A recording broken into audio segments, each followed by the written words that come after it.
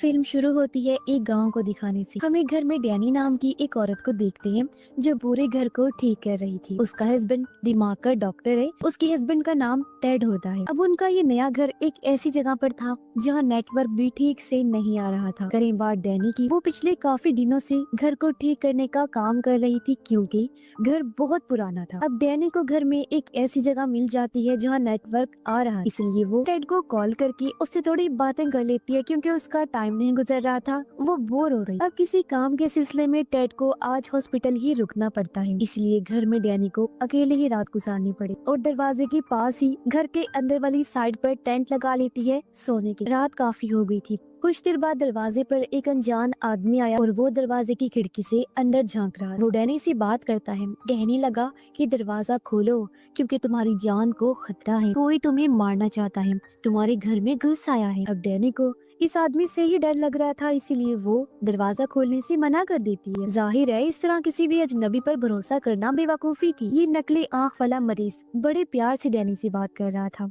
उसका लहजा और तासुरात देखकर भी यही लग रहा था कि उसे डैनी की परवाह है और वो सच में उसकी मदद करना चाहता है। वो फिर डैनी को कहता है, ठीक है, अगर तुम्हें मुझ पर भरोसा नहीं तो कोई बात नहीं, तुम पुलिस को कॉल कर दो क्योंकि तुम्हारी जान को सच में खतरा है, मेरी बात को समझो। अब उसकी बातें सुनकर डैनी दरवाजे के पास है। उसने दरवाजा खोला या नहीं ये तो हमें दिखाया नहीं गया, मगर इसके साथ हमें दूसरा सीन दिखाया जाता है जहाँ हमने देखा कि कोई चीज बुरी तरह उस नकली आंख वाली मरीज को मार देती है। फिर पता चला कि डैनी की भी मौत हो गई, उसका भी किसी ने बेरहमी से कत्ल कर दिया है, यानी जैसा उसने कहा था वैसा ही हो गया। और अब हम कुछ महीने के बाद का टाइम देखते हैं जहाँ डैनी का हस्बैंड टेड एक दुकान पर आता है जहाँ पुरानी कीमती चीजें मिला करती थी। ये दुकान असल में डैनी की जुड़वा बहन डार्सी की थी। डार्सी बचपन से देख नहीं सकती थी, यानी कि वो अंधी थी। साथ ही उसके पास कुछ साइकिक पावर्स भी हैं, यानी दिमाग की अनोखी ताकतों की मालिक थी वो। जैसे बहुत अजीबोगरीब चीजें महसूस कर सकती थी और देख सकती थी, जिनमें भूत आत्माएं जादू टोना भी हो सकते हैं। डार्सी को अपनी बहन डैनी की मौत का बहुत दुख था। अब टेड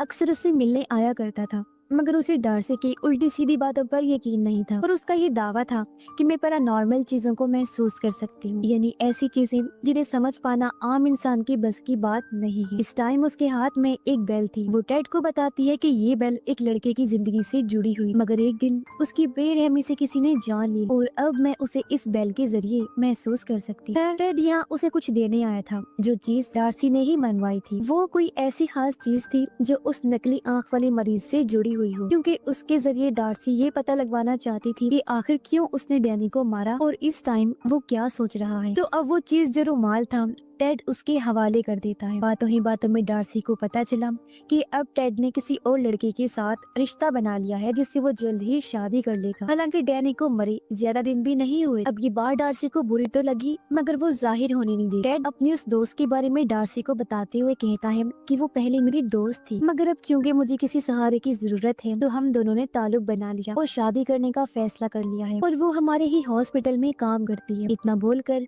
वो वहाँ से चला गया, मगर हम समझ जाते हैं कि उस रात टेड का हॉस्पिटल रुकने का मकसद अपनी दोस्ती हो सकती है, जिस वजह से डैनी को रात अकेले ही गुजारनी पड़ी, यानी वो पहले से ही उसे धोखा दे रहा था। अब शाम को डार्सी अपने घर आ गई, साथ में वो नकली आंख वाली मरीज का रुमाल भी लाई। वो रुमाल टेबल पर रखकर उसके अंदर कोई चीज रखती है और अपने ग्लव्स उतारकर जैसे उसे छूती है वो बहुत ही चौंका देने वाली चीज दिखती है जिसकी उसे उम्मीद नहीं थी, क्योंकि वो काफी घबरा गई और उसकी आंखों में आंसू भी आ गए थे। अब डार्सी एक स्टोर रूम में जाती है जहाँ उसने बड़ा सा लकड़ी का संदूक रखा हुआ था। पहले वो उसे गौर से देखती है, फिर उसके पास आकर बैठ। इस रूम में और भी कई सारी अजीब चीजें पड़ी हुई जिनका ताल्लुक किसी न किसी इंसान से था, जिनको भी डार्सी महसूस कर सकती है जो इस दुनिया में नहीं रही। अब इसके बाद हम देखते हैं कि टेड नींद से जाग गया है। वो तैयार होकर हॉस्पिटल के लिए निकलने ही वाला था, मगर उसकी दोस्त उसे रोक दी। वो उसे कैमरा में तस्वीरें दिखाने लगी। ये कैमरा असल में डैनी का था जो टेड की दोस्त को मिल गया।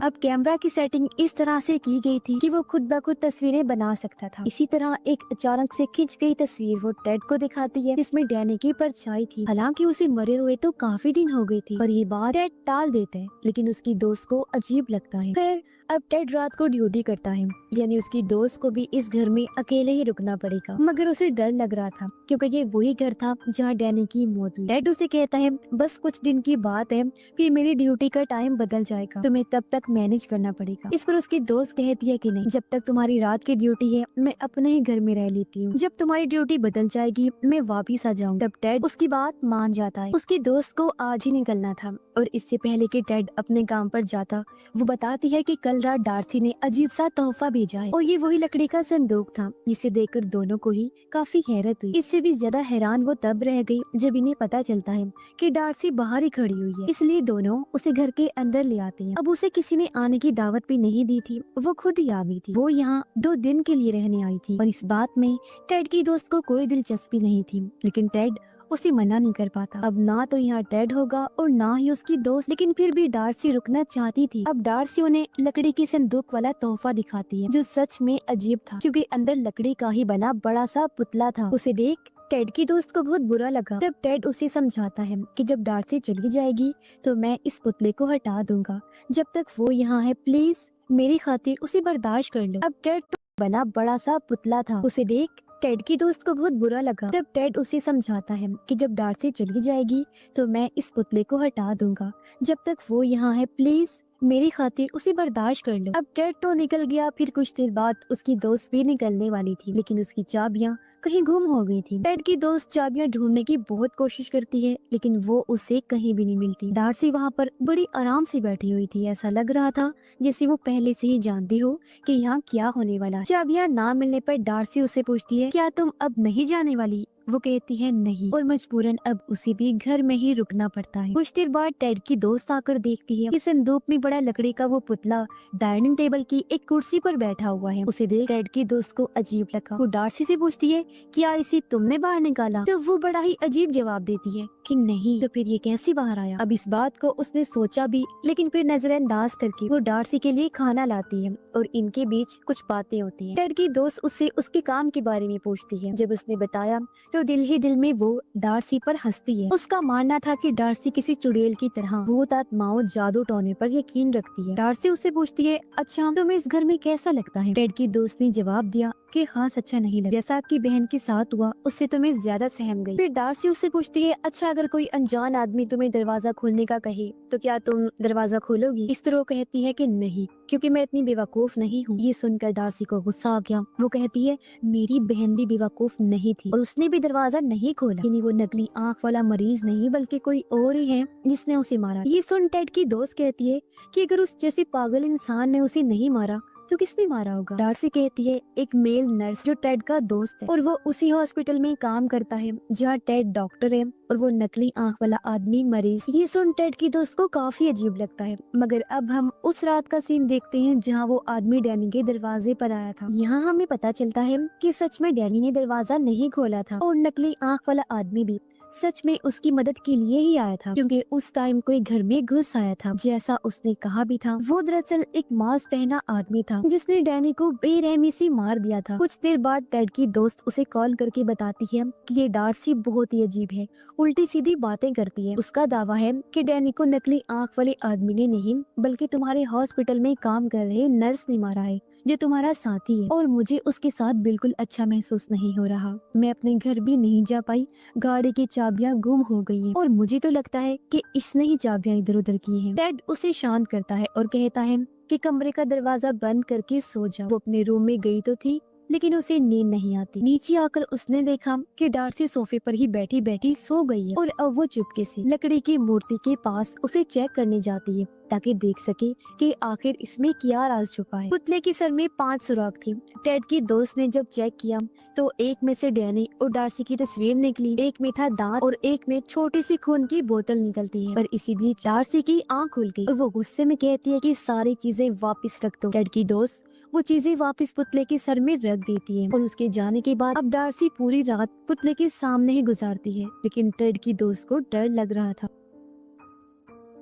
अब टाइम गुजारने के लिए वो डैनी के कैमरा में उसकी रिकॉर्ड की हुई वीडियो देखने लगती है, जहाँ डैनी के पीछे उसे एक डरावना चेहरा नजर आया, जिसे देख वो इतना डर गई कि उसके हाथ से कैमरा छूटकर नीचे गिर जाता है। तभी उसने देखा कि रूम के एक कोने में डैनी का भूत है जो उसे डरा देता है। इसी बीच उसे अपनी चाबियां भी मिल जाती हैं और वो गाड़ी लेकर यहाँ से निकल गई। अब हम हॉस्पिटल का सीन देखते हैं, जहाँ सच में टेड और डैनी के कातिल यानी उस नर्स के बीच दोस्ती थी। दोनों आपस में बात कर रही हो। अब घर आने के बाद टेड देखता है कि उसकी दोस्त यहाँ पर नहीं है और टेबल पर डार्सी उदास बैठी हुई है। जब टेड ने अपनी दोस्त के बारे में पूछा तो वो जवाब देती है कि वो तो भाग गई है। मैं चाहती थी कि वो तुम्हारा असली चेहरा देखे कि तुम कितने घटिया इंसान हो, लेकिन मेरी बहन के भूत ने उसे डराया और वो चलती बनी। मैं सच जानती हूँ कि तुम ही वो इंसान हो जिसने मेरी बहन को मरवाया है, क्योंकि तुम्हें अपनी दोस्त से प्यार हो गया था। तुम तो सिर्फ मेरी बहन की दौलत हथियाना चाहते थे, जो उस बेचारी ने पहले ही तुम्हारे नाम कर दी थी। मैं तो ये समझती रही कि किसी पागल इंसान ने उसे मारा है और मैंने उस नकली आंख वाली मरीज से बदला भी ले लिया, मगर वो तो सच में मेरी बहन की मदद ही करना चाहता था